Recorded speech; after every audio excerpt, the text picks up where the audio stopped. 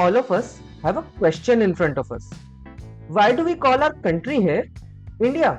Because the Indian Constitution says so.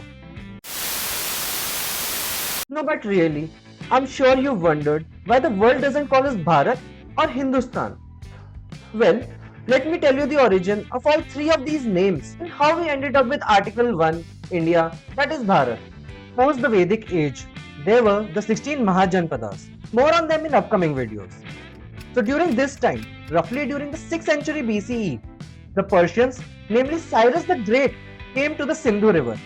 Now, the curves of the letter S were too much of a tongue twister for the Persian king, right? So, he settled on replacing S with H. And so it was. The river Sindhu became Hindu, and the region beyond the Hindu river became Hindustan.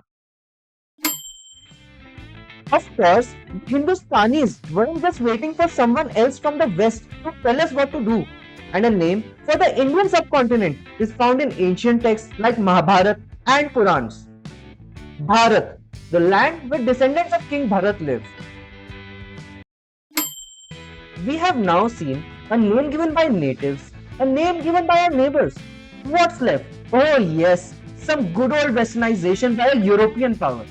In this case, welcome Alexander the Great, who reached the Indus River in 326 BCE after conquering the Persian Empire.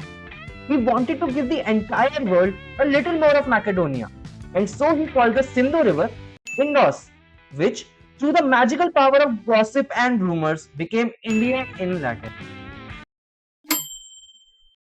But wait, why did we adopt the name India post-independence?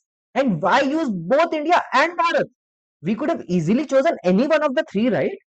Well, keeping India in the constitution was a combination of three reasons. First, India was the official name used in all international treaties by the newly formed global bodies like the United Nations, as well as in trading with the rest of the world during the British rule. Second, they wanted to recognize and acknowledge our past of accepting visitors from around the world and learning from them. Third, India was a secular term, which was very important in the backdrop of the partition of India and Pakistan. This is also the reason why Bharat was chosen over Hindustan, although it's a pretty small cover for a very large wound, if you ask me. In conclusion, to signify India moving on from its colonial past into an independent nation, our Constituent Assembly decided to have both India as well as Bharat in our constitution as official names.